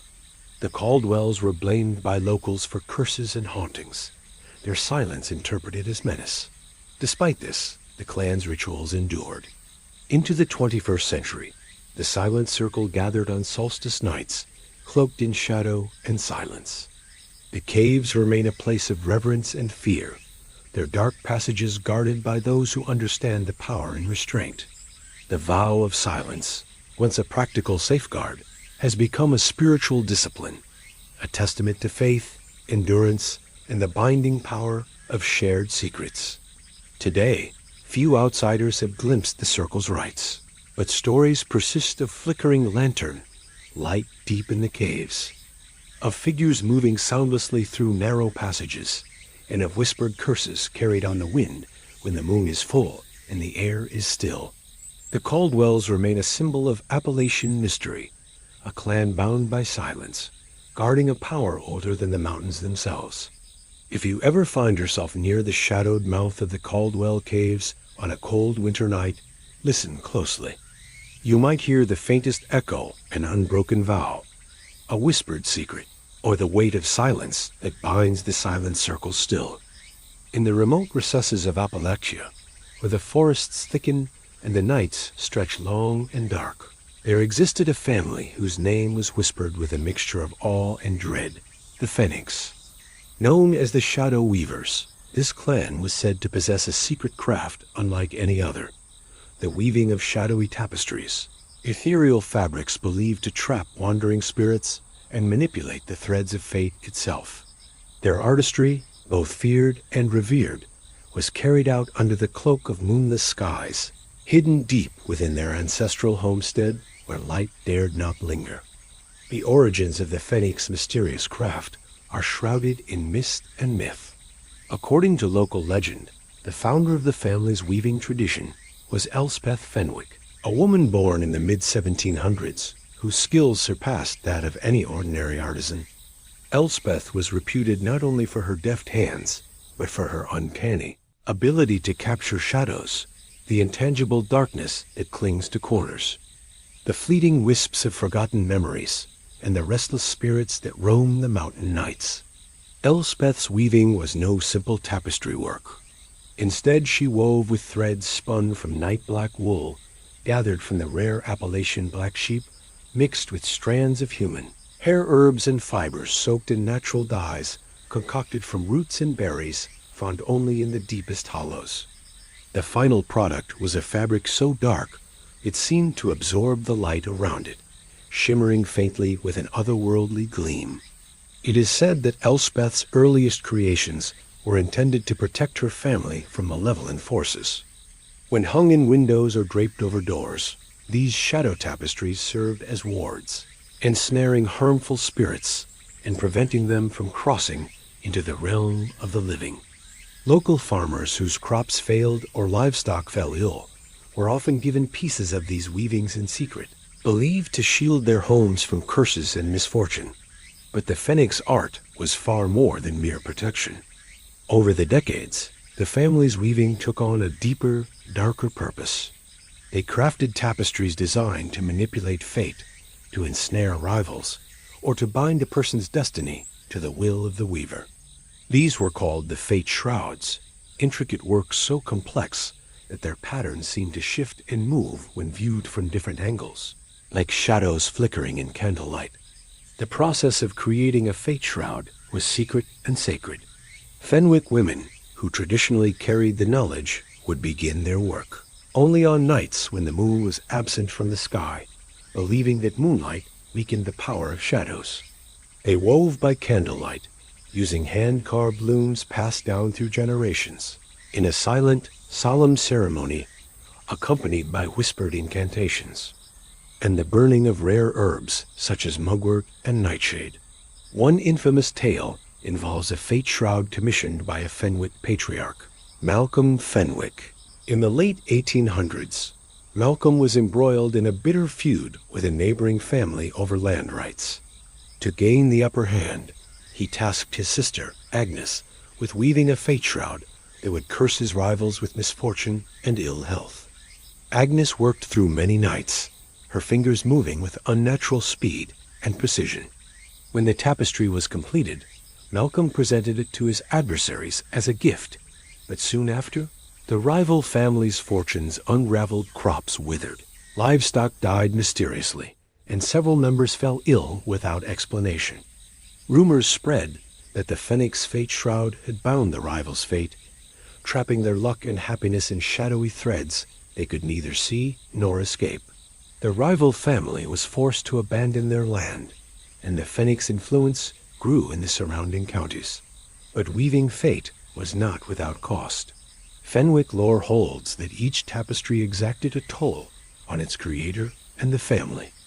Women who spent too long weaving under moonless skies were said to grow pale and thin, their eyes sunken with sleepless nights and whispered secrets. Some vanished without a trace, believed to have been absorbed into the very shadows they wove. The most chilling account comes from the diary of Clara Fenwick, a 20th century family member who recorded the last days of the weaving tradition. Clara wrote of a tapestry called the Midnight Veil, a piece so potent it could ensnare not only spirits, but memories and time itself. During the Great Depression, Clara's mother wove the Midnight Veil in an attempt to protect the family from poverty and despair. But Clara's diary tells of the veil-twisting reality. Neighbors forgot the Phoenix existence. Time seemed to loop, and the family was trapped in a cycle of loss and isolation. By the mid-1900s, the Phoenix weaving tradition faded into obscurity. Industrialization and modernization drew younger generations away from the mountains, and the old crafts were left to dust. Yet the tapestries, many hidden in attics, barns, and old trunks, remain, their threads still charged with shadowy power. Those who have come into contact with Fenwick tapestries report strange phenomena. Some claim to feel sudden chills or hear whispers when near the fabric. Others describe dreams haunted by shadowy figures or a sensation of being watched. A few even report changes in their luck or fate, some fortunate, others disastrously unlucky after handling these weavings. Today, a small number of Fenwick descendants continue the craft in secrecy, preserving the weaving of shadows as both art and occult tradition.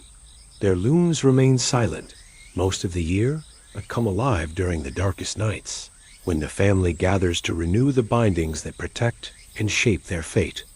In the modern age, the Phoenix shadow weaving stands as a haunting symbol of Appalachian mysticism, a delicate balance between beauty and darkness, creation and control, light and shadow.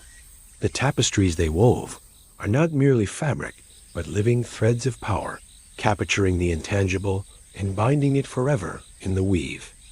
In the shadowed hollows of Appalachia, where secrets run as deep as the roots of the ancient oaks, the Moore family carved out a legacy both feared and respected, a legacy bound in blood.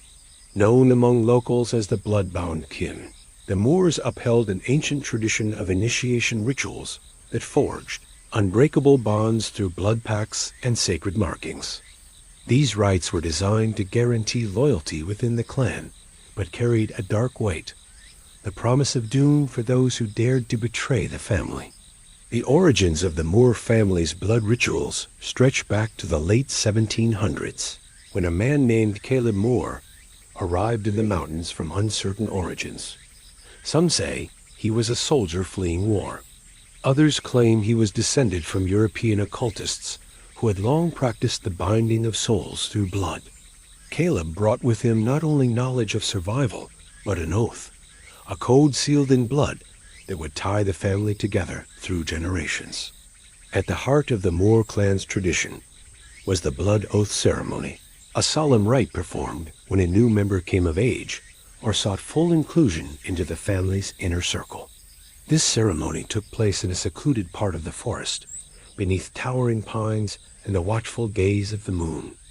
The chosen site was marked by stones arranged in a rough circle, worn smooth by years of rain and ritual. The ceremony began at dusk, with the clan gathered in a tight circle, faces dimly lit by flickering torches. Elders led the rite, chanting words in a dialect known only to the family, an old Appalachian patois mixed with fragments of Latin and Gaelic. At the center of the circle stood a large iron bowl filled with a dark red liquid, said to be a mixture of sacrificial herbs and fresh blood drawn from the initiates.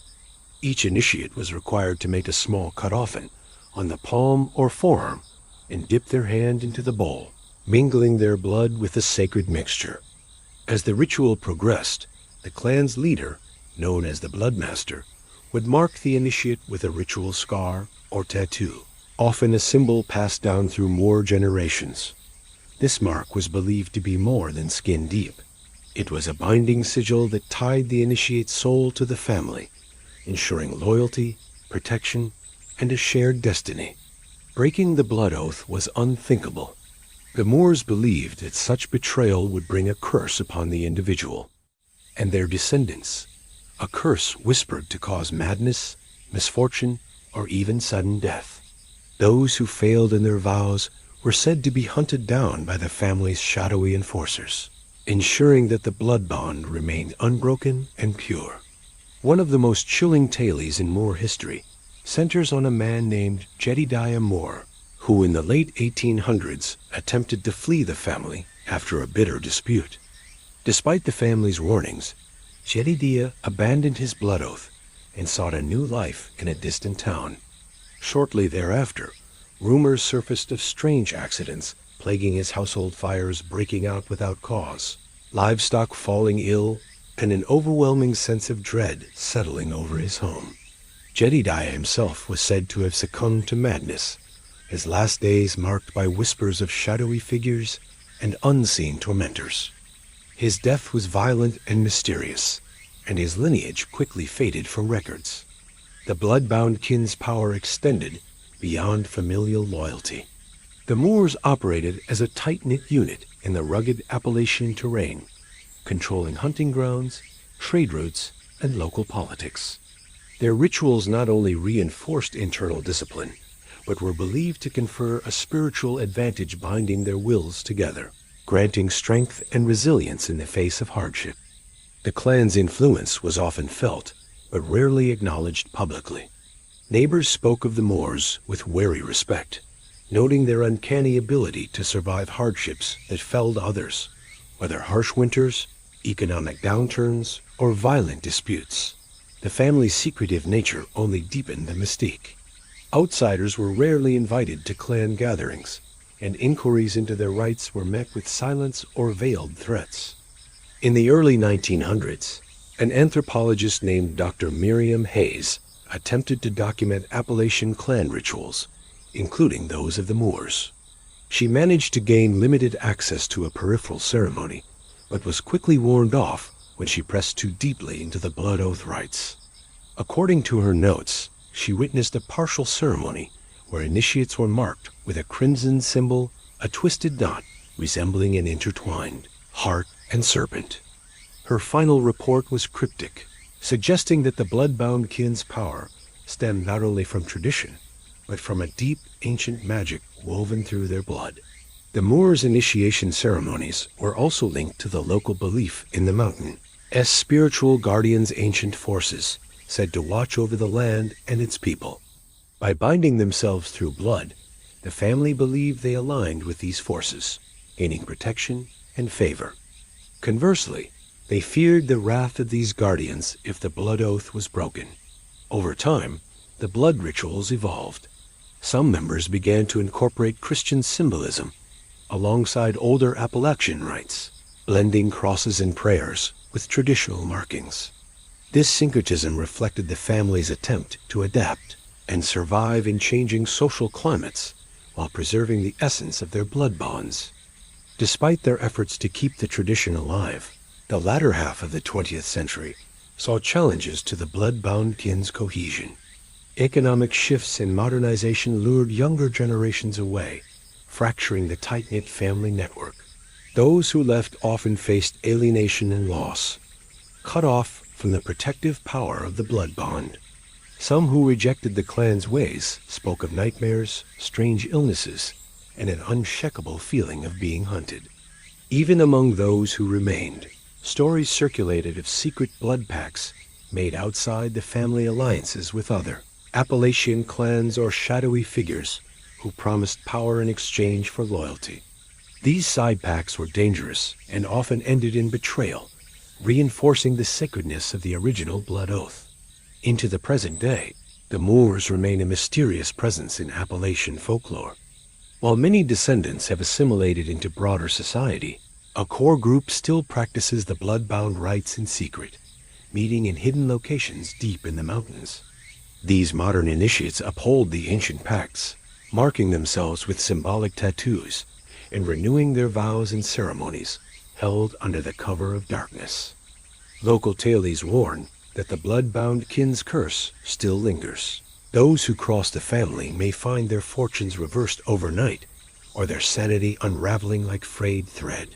The Moors are said to be ever watchful, their eyes unseen, but their reach long. Some who have dared to investigate the family's history report strange phenomena: blood-red stains appearing on old family portraits, unexplained markings on the walls of abandoned Moor homes, and whispered voices calling out in the night. Others speak of dreams filled with ritualistic symbols and the heavy weight of a vow that cannot be broken.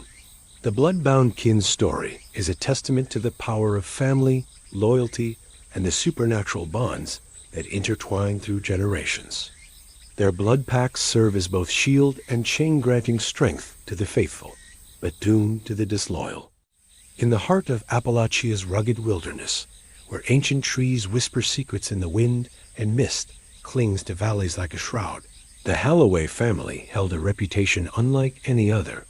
Known far and wide as the Veiled Seers, the Holloways were said to possess the rare and terrifying gift of foresight visions that revealed future dangers and mysteries hidden in the folds of time.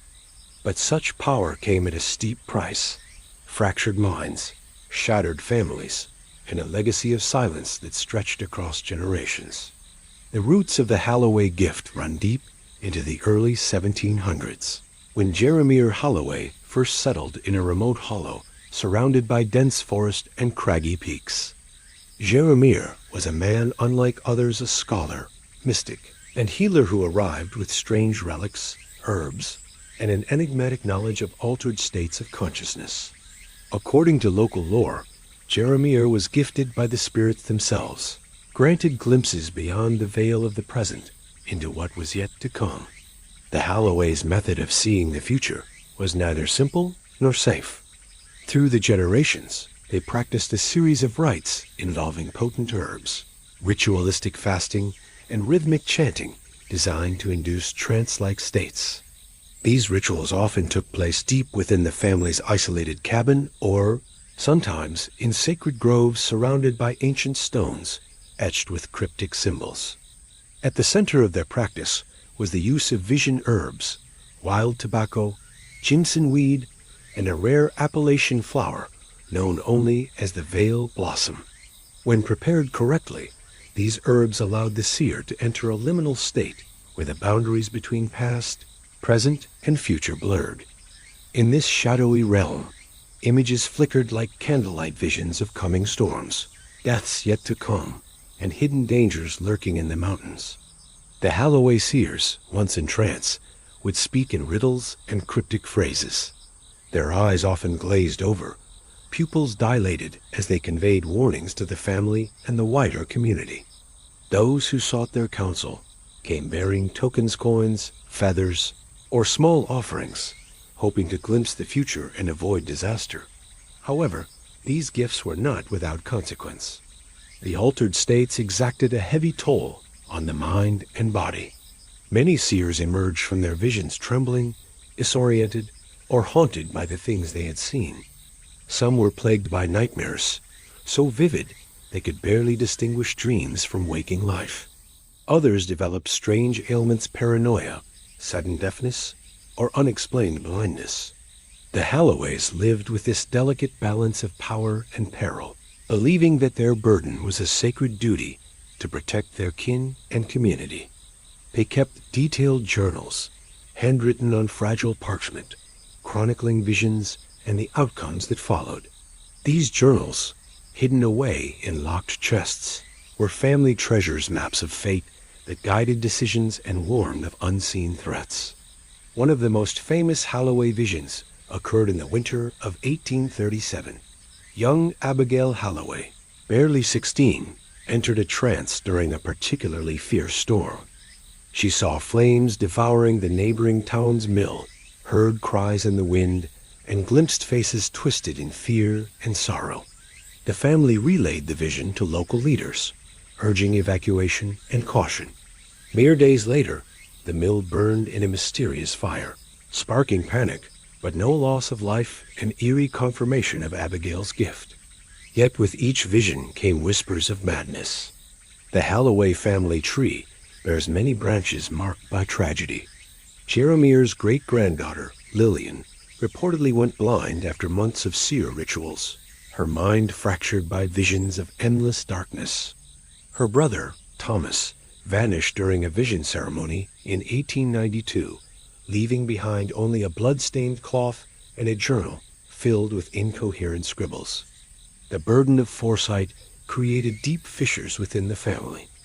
Some embraced the gift, viewing it as their sacred duty. Others fled the isolation and torment, rejecting the rituals and severing ties with the clan. These departures often ended badly. Former seers were said to be cursed with misfortune or hunted by unseen forces, a grim reminder that the Holloway gift was a chain as much as a blessing. As the 20th century unfolded, skepticism and modern science clashed with ancient tradition. The rise of medicine and technology challenged the need for mystical seers. Many younger Halloways abandoned the rituals, burying family journals or burning herbs in defiance of their ancestors. Yet the old ways lingered, passed on in whispered conversations and secret meetings during solstice nights. Strangely, even those who left the fold could not entirely escape the Holloway curse. Numerous stories tell of former seers experiencing visions in their dreams, dark shadows moving through forests, distant screams carried on the wind, and warnings that no one else could see or hear. These haunting images would awaken them in cold sweats, reminding them that the veil between worlds was thin and the gift was never truly shed. Today, the Halloways remain a figure of Appalachian mystique. Descendants live quietly across mountain towns, some hiding the family's past beneath layers of ordinary life, others quietly honoring the traditions in basements and backwoods. The original journals and relics have been scattered or lost, but occasional discoveries of faded writings or ceremonial tools reignite interest and fear in the clan's mystical past. Local storytellers recount how, on certain moonless nights, one can still hear the low hum of chants rising from the forest near old Holloway homesteads. Some say that if you stare long enough into the shadows, you might glimpse a flicker of light eyes watching, waiting, seeing. The legacy of the veiled seers is a somber one, a reminder that the ability to see beyond the present is a gift wrapped in darkness. For the Halloways, foresight meant power, but it also meant sacrifice. Their fractured minds and haunted souls stand as testament to the heavy cost of looking into the unknown, a price paid so future generations might survive the dangers lurking just beyond sight. In the shadowed hills of Appalachia, where the fog clings thick and the trees whisper ancient warnings, the Thornwood family is remembered not for prosperity or heroism, but for a curse so deep and enduring that it has shaped the fate of every generation. Known among locals as the Curse-Bearers, the Thornwood's lineage is said to carry a dark burden born from rituals gone. Horribly wrong rituals that twisted hope into horror and left a legacy of misfortune, madness, and death. The story of the Thornwood curse begins in the early 18th century with Eleanor Thornwood, the matriarch whose desperate acts set the family on a path shadowed by doom.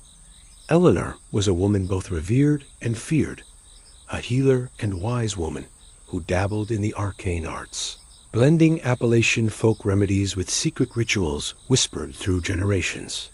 Her intentions were, at first, pure, to protect her family from the harsh realities of mountain life and the ever-present dangers of the wild. According to local legend, Eleanor sought to harness the power of the earth itself, calling upon ancient forces during a solstice night ceremony deep in the woods. She aimed to bind a protective spirit to her bloodline, ensuring safety and prosperity. But the ritual went awry. Instead of a benevolent guardian, Eleanor's invocation unleashed a malevolent force, a shadow born of fear and pain that entwined itself with the Thornwood blood. The immediate aftermath was strange and terrifying. Crops withered unexpectedly, livestock perished, and whispers of madness spread through the family. Eleanor herself was said to have vanished into the forest, her body never found, but her presence felt in eerie signs, cold drafts in warm rooms, flickering candles, and the distant sound of mourning carried by the wind. From that moment, the Thornwoods were marked. Children born after the ritual bore strange birthmarks resembling thorny vines curling around their limbs. These marks were believed to be the physical manifestation of the curse, a reminder that the family's fate was entwined with darkness. Generations of Thornwoods endured tragedies that defied explanation. Men went mad, women bore children who died in infancy, and the family estate was plagued by unexplained fires and collapses. Local townsfolk steered clear of the Thornwood homestead, leaving behind offerings of salt and iron at the property gates, hoping to ward off the curse's reach. One of the most harrowing tales involves Matthew Thornwood, a young man who in the late 1800s sought to break the family curse through a forbidden ritual he discovered in an old grimoire. Desperate to free himself and his kin, Matthew ventured into the night, carrying talismans and chanting ancient words meant to sever the Thornwood's bond with the dark force. But instead of salvation, Matthew's ritual deepened the curse. Witnesses say that the forest around the Thornwood property came alive with unnatural sounds, howls, whispers, and the cracking of branches without wind. Matthew was found days later, wandering the woods, his mind shattered, eyes wild and unseeing. He muttered about thorns in the soul and shadows that never die before vanishing once more into the wilderness. The curse seemed to feed on the family's attempts to escape it, twisting hope into despair and turning every act of defiance into fresh torment. Family members who tried to leave the mountains often met untimely ends, accidents, illness, or sudden disappearances. Those who remained were haunted by visions and voices that no one else could hear. In the 20th century, the Thornwood family dwindled. Their once grand estate fell into ruin, overtaken by brambles and wild vines. Yet the curse lived on in whispers and stories passed down in neighboring communities, stories of spectral figures wandering the estate grounds, strange lights flickering in the dead of night, and a creeping sense of dread that never lifted. Despite the darkness, some Thornwoods fought back. A few tried to embrace the old ways, seeking knowledge and power in forgotten tomes and hidden rituals to protect their line. Others renounced the curse, choosing to live in quiet obscurity far from the mountains, hoping distance could weaken the shadow that clung to their name. One particularly chilling account comes from Rose Thornwood, a mid-20th century descendant who recorded her experiences in a private journal. Rose described hearing voices that guided her to the remains of an ancient altar deep in the forest, an altar she believed was the source of the family's curse. She wrote of attempting a cleansing ritual under a blood-red moon, invoking ancestral spirits for mercy. But Rose's journal ends abruptly, with a final note scrawled in trembling handwriting. "The thorns are not just on my skin. They are in my blood, in my bones. I can feel them tightening, choking. The curse is no longer a story. It is me." The Thornwood's tale remains one of the most haunting in Appalachian lore, a story of how desperation and dark power intertwine to doom a family. Their curse serves as a grim reminder of the dangers of tampering with forces beyond understanding, and of the fragile line between protection and destruction. Today, the ruins of the Thornwood estate lie hidden beneath overgrown thickets, a silent monument to generations lost. Locals warn against venturing near, especially on solstice nights when the veil between worlds is thin and the curse's shadow is said to lengthen. Some say that the Thornwood's descendants still walk the mountains, carrying the weight of the curse in silence, waiting, watching, trapped by a fate they cannot escape. Others believe the curse lingers in the very earth, entwined with the roots of the ancient trees and whispered in the rustling leaves. The story of the Thornwoods is a chilling final note in the tapestry of Appalachian clans who practice dark rituals in secret, a legacy of power, pain, and the unyielding grip of a curse that time cannot heal. Thank you for joining me on this deep dive into the secretive and haunting world of Appalachian clans who practice dark rituals in the shadows of these ancient mountains. From the Grimwoods guarding cursed groves to the Thornwoods, carrying a generational curse, these stories reveal a hidden side of Appalachia, where tradition, mysticism, and mystery intertwine in ways both beautiful and terrifying. If these tales of blood pacts, shadow weaving, and veiled seers captivated you, be sure to hit that subscribe button and ring the notification bell so you never miss an episode exploring the strange, the supernatural, and the forgotten corners of history. Let me know in the comments which clan's story fascinated or unsettled you the most, or if you have your own legends from the mountains to share. Your stories keep these traditions alive and spark conversations that go beyond the screen. And as always, if you enjoyed this video, please give it a like. It really helps the channel grow and allows me to bring you even more chilling tales from the past.